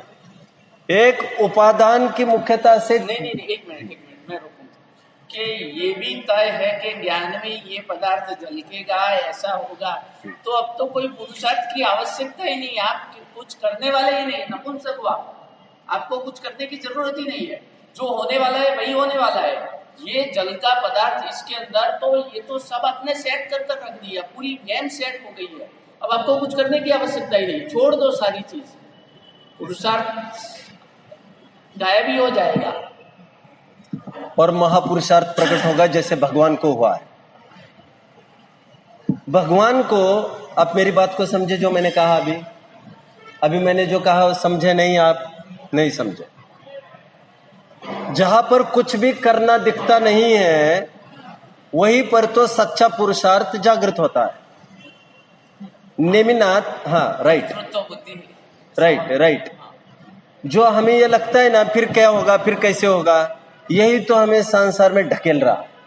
नेमिनाथ भगवान के सामने साफ साफ वे देख रहे हैं कि मेरी शादी में, मेरे विवाह में, विवाह मतलब विवाह के प्रसंग में जो 56 कोटि बाराती आए थे वे 12 साल बाद झुलस झुलस कर मरने वाले हैं। ये अभी प्रत्यक्ष देख रहे हैं। उनको कोई राग द्वेष, उनके कितने चाचा फूफा ताई वाई सब निपट रहे उसमें, हाँ या ना, उनको कुछ भी नहीं फर्क पड़ रहा है। अनंत पुरुषार्थ वह नहीं है कि पर द्रव्य में कुछ करने की आवश्यकता महसूस हो। अनंत पुरुषार्थ वह है जिसमें आप तमाशगिर बने रहो, सब कुछ देखते हुए भी तदपि निजानंद रसलीन, जगत साक्षी मार्ग प्रगटन परो भानुरिव। महावीराष्टक स्तोत्र पढ़ा है? महावीराष्टक स्तोत्र नहीं पढ़ा है? Okay okay. महावीराष्टक स्तोत्र है जिसमें भगवान को जगत साक्षी बोला। यदि आप साक्षी बनने की आर्ट डेवलप करें तो आपको भगवान पद की प्राप्ति होगी। सब कुछ अपने सामने देखने की जिसकी सामर्थ्य है वही केवल ज्ञान का हकदार होता है, लेकिन भूमिका के अनुसार, कमजोरी के अनुरूप वो भाव आए बिना रहता नहीं है, बट वो भाव विकार है, वो तुम्हारी पुरुषार्थ की हीनता है। तुम्हारा पुरुषार्थ ज्ञाता दृष्टा बना रहना है स्वभाव के अनुरूप। एक ग्रंथ है महाराज जी पुरुषार्थ सिद्धि उपाय, अमृतचंद्र स्वामी का, उसमें पुरुषार्थ की परिभाषा की है। पुरु सेते इति पुरुषः। पूरी से ज्ञान दर्शन में जो स्थित रहता है, ज्ञान दर्शन में जो स्थित रहना जिसका पुरुष, हमारा काम ही जानना देखना है। जानने देखने के अलावा सच मानो मेरी मान लो आप, हम कुछ भी नहीं कर सकते। उठा पटक के कितने जितने भी विकल्प है वो विकल्प ही है, और विकल्प के अनुरूप 100% कभी भी नहीं होता, और जितना भी परसेंट होता है उसका एकत्व लेने के लिए हम दौड़ पड़ते हैं। और यदि सब हम ही करेंगे तो पुण्य पाप क्या करेगा? ये जो लगना है ना, लगना, यही कर्तृत्व बुद्धि है। देखो भरत चक्रवर्ती का ऐसा आता है, जो जो विकल्प उसको उत्पन्न होता है वो आइटम उसके थाली में आ जाता है। इतना तगड़ा पुण्य है उसका। मतलब लोक में कहते हैं ना, आपका यदि पुण्य का उदय है तो सहजपने ही हो जाएगा, पूरे कुछ करने की जरूरत ही नहीं पड़ेगी। और यदि उदय खराब है आपका, तो कृष्ण का लड़के को किडनैप कर लिया गया, प्रद्युम्न को, और रुक्मिणी ये कह रही है कृष्ण को, अरे धिक्कार हो आप पर, शेम ऑन यू, अर्ध चक्री बने फिर रहे हो तुम तो कुछ, मेरे लड़के को तब तुम ला नहीं पा रहे फिर से। ऐसे हमारे पुराण में उलाहना दी है कृष्ण को उनकी पत्नी ने। बोले रोजाना सैनिक दौड़ा रहा है बेचारा, खाक छान रही है, उसका लड़का नहीं मिल रहा है उसे। अपने आप चला गया और अपने आप आ भी गया, लाने के लिए कोई उद्यम नहीं किया उन्होंने। मतलब हमारा पुरुषार्थ क्या और किस रूप, और परद्रव्य में हमारा पुरुषार्थ कहाँ चलता है? और परद्रव्य में यदि पुरुषार्थ चलता है तो एक द्रव्य दूसरे द्रव्य का करता नहीं है, इस सिद्धांत का क्या होगा? शरीर के बाल को क्यों सफेद करने दिया? नहीं कहते लेकिन शेव तो मैं ही करके आया। अरे तुम शेव के करता होते, तुम करता होते तो तुम उगने ही ना देते। हम तो ये कह रहे तुम्हारे हाथ में कुछ नहीं है, और एक दिन वो भी आएगा जब तुम्हें ये भी रियलाइज होगा कि हम शेव भी नहीं कर पा रहे। तब केवल भ्रम पल रहा था, हमारा भ्रम। तो कौन कर रहा है? हो रहा है। हो रहा है मतलब? हो रहा है मतलब जीव ने विकल्प किया। सुनिए, अच्छा प्रश्न है। जीव ने विकल्प किया, वहीं पर वायु आत्म प्रदेशों का कंपन हुआ, वायु दौड़ी, जैसे हाथ उठाने का भाव किया था, हाथ उठा, वो चीज आदि आदि उठी और कार्य संपन्न होता दिखा। ये निमित्त नैमित्तिक संबंध होने के कारण, इतना घना संबंध होने के कारण यह भ्रम होता है कि हाथ तो मैंने उठाया, क्योंकि सैकड़ों बार मैंने विकल्प किया, मुझे उठाना है, लो उठाया, सैकड़ों बार निमित्त नैमित्तिक संबंध जुड़ जाता है। बट एक जगह जहां पर काम नहीं आता, वहां पर तुम्हें परीक्षण की जरूरत है क्या? 100 बार भी मैंने किया था। यदि करता है तो नित्य ही करता होना चाहिए। नित्य करता हम मानते ही नहीं है ना, नित्य करता क्यों माने? अरे ये तो छल हो गया। अरे क्यों छल हो गया? फिर हम करना तो सदा काल चाहते हैं, और उसका फल अकुलता के रूप में प्रकट होता ही है। वहाँ पर निमित्त नैमित्तिक संबंध, अभी ये समझो कि वहाँ पर कोई ऐसा व्यवधान आया है जिनकी वजह से अब नहीं कर रहा है। मैं उठा रहा था, इतनी देर तक मैंने उठाया, सालों तक मैंने उठाया। जिस समय पर पैरालिसिस आया उस समय पर मैं नहीं उठा रहा, कर भी नहीं उठा रहा हूँ। क्यों? क्योंकि वहां पर व्यवधान आया हुआ है, इसलिए। अबे हाथ उठ नहीं रहा है कि मैं नहीं उठा रहा हूँ, मैं नहीं उठा रहा हूँ, मेरे को उठाना नहीं है।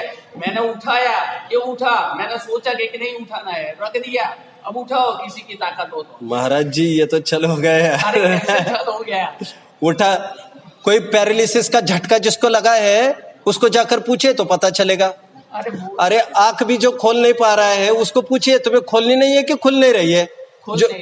जो उठ नहीं पा रहा है उसको पूछे तुम्हें उठा नहीं जा रहा है कि उठ नहीं रहे हो। उठ नहीं रहा है। जब योग्यता से ही सब होता है तो सर्वत्र योग्यता क्यों नहीं मानते? कर्ता कर्माधिकार में हेम नीले जी महाराज साहब के पास कर्ता कर्माधिकार ही चला है पूरा। तो यहाँ पर तर्क ऐसे दिए तो नित्य कर्तृत्व का प्रसंग आएगा। मतलब सब जगह योग्यता एक प्रबल कारण बताई गई है। यदि भगवान ही सबका कर्ता धर्ता होते, अच्छे गुरु ही कर्ता धर्ता, उन्हीं अच्छे गुरु के सामने, अच्छे तो क्या गुरु है, गुरु के सामने सभी प्रकार के शिष्य हैं। आदिनाथ के सामने मारीच भटक गया कि नहीं भटक गया, तो इसका भी श्रेय आदिनाथ को दोगे क्या? तो ये सबका कल्याण हुआ उसका श्रेय उनको दोगे क्या? और निमित्त के रूप में मानो ना, हमने कब मना किया है आपको? बट सबके अपने अपने उपादानगत ताकत होती है, सबके अपने अपनी सामर्थ्य होती है, और सामर्थ्य अनुसार ही जीव रास्ता निकालता है। यथार्थ निमित्त मिलने पर भी जीव भटकते पाए जाते हैं, और विपरीत निमित्त होने पर भी जीव सुधरते पाए जाते हैं। यह सब उपादान का कमाल है।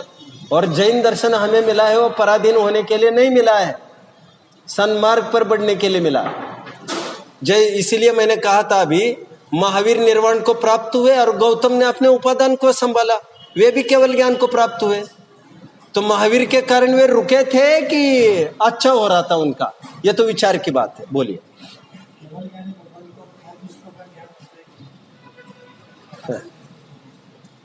ख पुष्प का ज्ञान, प्रश्न समझ में आ रहा है सबको? नहीं, ये प्रश्न तो वैसे हटकर है एकदम ही, बट प्रश्न ये है महाराज जी का, केवल ज्ञानियों को ख पुष्प का ज्ञान होता है क्या? आकाश कुसुम का ज्ञान होता है क्या? आप बताइए मुझे, होता है क्या? आकाश पुष्प होता है, अब मैं नहीं होती इसका ज्ञान। अब मैं बता रहा हूं, हो भी सकता है, नहीं भी हो सकता है। दोनों है। अब कोई बोलेगा कैसे हो सकता है? अरे हमने जो कल्पना की उस कल्पना को भी वे जान रहे कि नहीं जान रहे? मैंने कल्पना की आकाश में कुसुम होने की, कल्पना तो कर सकता हूं ना मैं। गधे के सिंह की कल्पना तो कर सकता हूं ना मैं। मेरी कल्पना ज्ञान का गे बन रही कि नहीं केवल ज्ञानियों के? तो मेरी कल्पना के जरिए वो बन रहा है, इस विधि से बन रहा है। नहीं, ऐसे नहीं, वैसे भी सोच सकते हैं। असत रूप में केवल ज्ञानी को इस ख पुष्प का ज्ञान हो सकता है। असत रूप में जो वस्तु असत है उसको असत रूप में जानना, वो केवल ज्ञान के ज्ञान में आ सकता है, झलक सकता है। मेरी कल्पना हो या नहीं हो, इनसे क्या लेना देना? किसी ने कल्पना नहीं की, उस समय पर नहीं है ख पुष्प का ज्ञान, तो ये तो कौन सा केवल ज्ञान है कि जिस समय पर है और नहीं भी है। ये तो आपकी कल्पना की वजह से ज्ञान उठा और नहीं उठा। ये तो असत के रूप में केवल ज्ञान के अंदर बैठा हुआ पदार्थ है कि ये असत के रूप में, मैं ऐसा मानता हूं। असत का होना क्या? असत के रूप में, असत जो वस्तु नहीं है उसको मानना, वो असत के रूप में उनको देखना। हमारे यहाँ महाराज जी अभाव की परिभाषा क्या है मालूम? एक वस्तु का दूसरे वस्तु में न होना अभाव। जैसे जैनेतर ने तुच्छा भाव को माना है, ऐसे जैनियों ने नहीं माना है। अभाव तो जानते हो ना, सुबह चर्चा चली थी हमारी। चार अभाव। अभाव की क्या परिभाषा है? अभाव की परिभाषा, चलो अपन बहुत बाहर चले जाएंगे, अपन को यहाँ आना चाहिए अभी। चर्चा तो बहुत अच्छी चल रही है, बट अभाव की परिभाषा हमारे यहाँ, मैं ये कह रहा हूं, वस्तु का सर्वथा न होना उसको अभाव जैन दर्शन नहीं कहता है। एक वस्तु का दूसरे वस्तु में न होने को अभाव कहता है। एनीवे, भावाय चित स्वभावाय, चित स्वभावाय कहकर नैयायिक का खंडन हुआ। तीसरे विशेषण की ओर बढ़ते हैं, स्वानुभूत्या चकासते। मैं कैसा हूं, शुद्धात्मा कैसा है, जो अपने ही द्वारा जानने में आ रहा है। आत्मा, अपनी ही आत्मा अपने को जानने में आए, इसके लिए किसी इंद्रियों की जरूरत है क्या? वक्ता की जरूरत है क्या? अभी कोई कहे वक्ता के बिना कैसे जानेगा? एग्जैक्ट पॉइंट पर जिस समय में वक्ता का ज्ञान है, उस समय में आत्मा का ज्ञान थोड़ी है। ऋजु सूत्र नए से आत्मा को जानने के लिए तुम्हें गुरु की, आदि की शास्त्र की जरूरत नहीं है, इंद्रियों के आदि जरूरत नहीं है। अभी पूर्व परंपरा के हिसाब से देखो तो हमें कान मिले, ये सब सुना, तभी हम अपने आत्मा को जान पाए। तो कोई कहेगा इंद्रियों की भी जरूरत है आत्मा को जानने के लिए। अरे ये तो आप पूर्व प्रक्रिया की बात कर रहे हो। आत्मा के बारे में जानने के लिए कान की जरूरत है, आत्मा को जानने के लिए नहीं। एनीवे, स्वानुभूत्या चकासते, कैसा है शुद्धात्मा, जो अपने द्वारा ही जानने में आता है, निरंतर जानने में आ रहा है। मैं हूं ऐसा रिफ्लेक्शन प्रत्येक समय में हो रहा। स्वानुभूत्या चकासते मतलब जानने में आ रहा है, अपने ही अनुभव के द्वारा वो पकड़ में आ रहा है, प्रतिपल जानने में आ रहा है। यह स्वानुभूत्या चकासते। जानने में आना कहकर प्रमेयत्व गुण की तरफ संकेत आ गया। कैसा हूं मैं, जो मेरे द्वारा निरंतर जानने में आता ही हूं। अनुभव के द्वारा कहकर क्या कहा? लूले को, अंधे को, लंगड़े को, बहेरे को, गूंगे को, हर एक को अपनी आत्मा जानने में आ ही रही है। अच्छा, एक इंद्रिय को आ रही है कि अपनी आत्मा जानने में? वो भी अपनी आत्मा उसके भी जानने में आ रही है, बट यह मैं आत्मा हूं ऐसा वो जान नहीं पा रहा है। समझ में आया? नमक वो भी खा रहा है, लेकिन उसे सर्दी हुई है, जुकाम हुआ है, जो भी हुआ है, तो उसे समझ नहीं पा रहे हो। वो उसकी विकृति की बात है, वस्तु में तो वो विद्यमान है। आत्मा निरंतर जानने में आ रहा है, सबके सदा काल जानने में आ रहा है। स्वानुभूत्या चकासते, स्वानुभूत्या चकासते कहकर आपने क्या लिखा है उसमें बीच के कॉलम में? अपने ही द्वारा जानने में आता है। कौन से मत का खंडन हुआ? अभी इसमें दो मतों का खंडन करेंगे। एक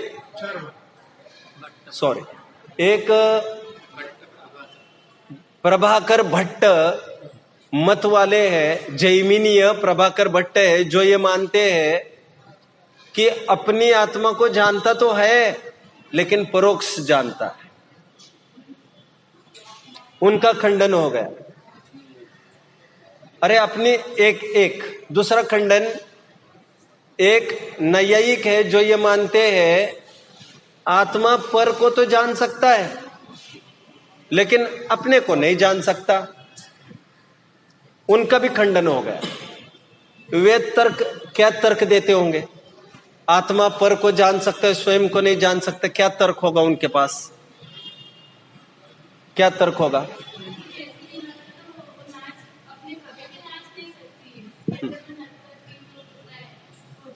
बहुत बड़े आंख है, आंख सब दुनिया को जानती है, अपने को जान। मेरे आंख में क्या गया है जरा देखना तो, अरे तू ही देखना, फिर तेरी आंख जब इतनी देखते तो तू ही देख ले।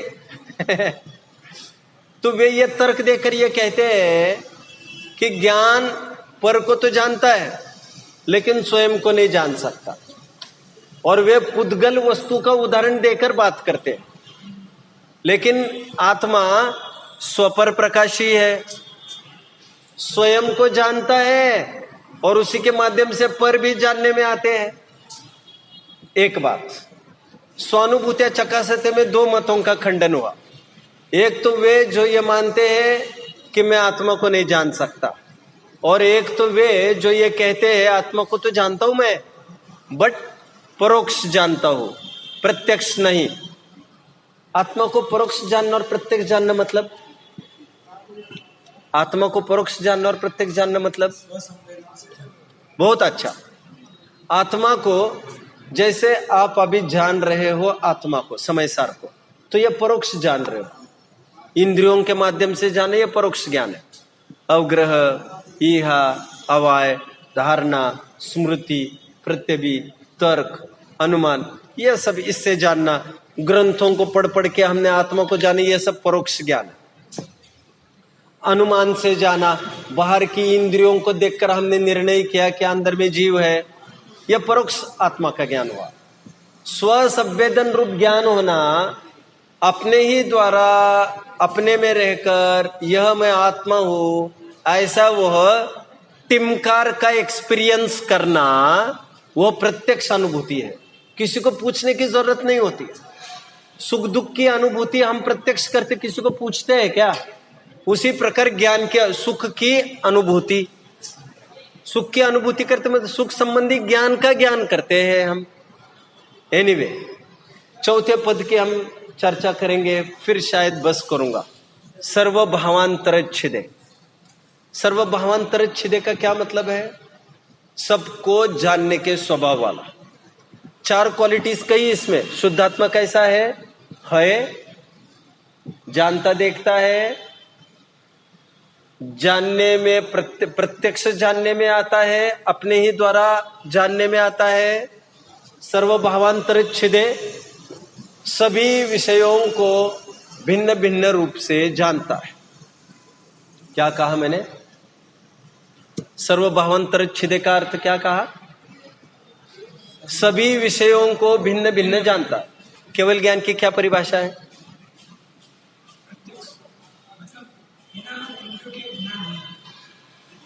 केवल ज्ञान की परिभाषा बताइए। केवल ज्ञान की, केवल ज्ञान की परिभाषा प्लीज। सोच समझ कर बोल।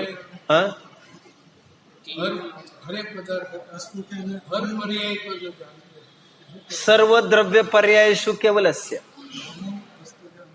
तत्व सूत्र के पहले अध्याय का शायद 30वां सूत्र है, बड़ा प्रसिद्ध है। जो तीन लोक में स्थित, ऑफ कोर्स आलोक भी लेना है, तीन लोक में स्थित समस्त पदार्थों को, उनमें स्थित अनंत गुणों को और उनके अतीत वर्तमान अनागत पर्यायों को युगपत प्रत्यक्ष जानता है, उसे केवल ज्ञान कहते हैं। तो जो केवल ज्ञान प्रकट हुआ, वह ऐसी शक्ति थी, इसलिए प्रकट हुआ कि शक्ति के अलावा प्रकट हुआ। राइट। घी होता है, घी कौन से रंग का होता है? हाँ, राइट, सही बोला आपने। ये येलो और व्हाइट घी किसकी तरफ संकेत करता है? हम कहते ये गाय का घी, यह भैंस का घी है। हम कहते हैं इसका मतलब क्या? ये घी जो बना है वो शक्ति दूध में विद्यमान है। जो केवल ज्ञान में वैभव प्रकट हुआ है वो बाहर से प्रकट नहीं हुआ है महाराज जी, वो स्वभाव की उपज है, स्वभाव की। दूध में मम्मी ने कहा दूध पियो बेटा, मम्मी फीका है, मुझे मीठा पीना था। मम्मी ने कहा कोई बात नहीं, ध्यान से सुनना। वो गिलास लिया,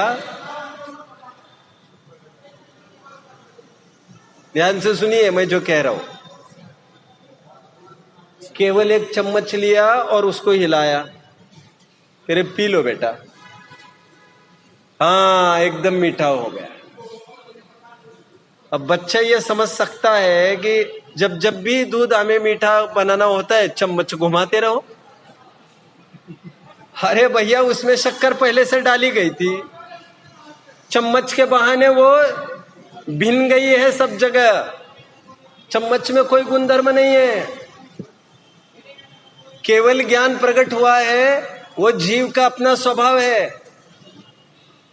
लेंडी पीपर देखिए, लेंडी पीपर देखिए, पीपर पीपर पीपर देखिए, लेंडी पीपर। एक दिन में लेंडी पीपर को पूरा कच्चा चबा गया, खा गया। किसी ने खाई है लेंडी पीपर? कभी नहीं खाई, कोई बात नहीं, जरूरत नहीं है खाने की। फिर एक दिन क्या हुआ, सुनिए ध्यान से। किसी ने मुझे कहा लेंडी पीपर खाओगे? मैंने कहा क्यों नहीं। बोले इतनी सी खानी आपको, इतनी सी। मैंने कहा क्यों नहीं।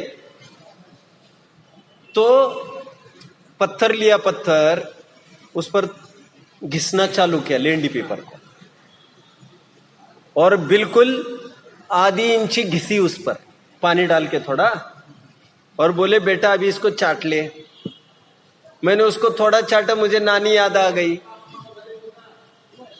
इतना तिखास थी उसमें, और वो वही लेंडी पीपर थी, उसी लेंडी पीपर का अंश था जिस लेंडी पीपर को मैं कच्चा चबा गया था। मेरा ये प्रश्न है, वो जो तिखास आई वो पत्थर में से आई क्या? वो किसकी उपज है? कुछ तो बोलिए। केवल ज्ञान प्रकट हुआ महाराज जी, वो ज्ञेय की कृपा से हुआ क्या? मेरे ज्ञान में ऐसी सामर्थ्य थी। यदि ज्ञेय से ज्ञान होता, यदि ज्ञेय से ज्ञान होता तो हर एक वस्तु के सामने ज्ञेय रखो, उसको उसका ज्ञान होना चाहिए था। बाहर रखे हुए ज्ञेय निमित्त मात्र है, सामर्थ्य मेरी होना जरूरी है। केवल ज्ञान की सामर्थ्य उस निगोदी के जीव में है या नहीं? उसमें केवल ज्ञान का अंकुर है या नहीं? वो पत्थर के कारण तिखास नहीं आई है, वो तिखास उसका गुण है। किसका? लेंडी पीपर का गुण है। लेकिन तुम्हें प्रक्रिया पता नहीं थी। हम तुम सब में भगवान बनने की क्षमता है, हमें प्रक्रिया पता नहीं है।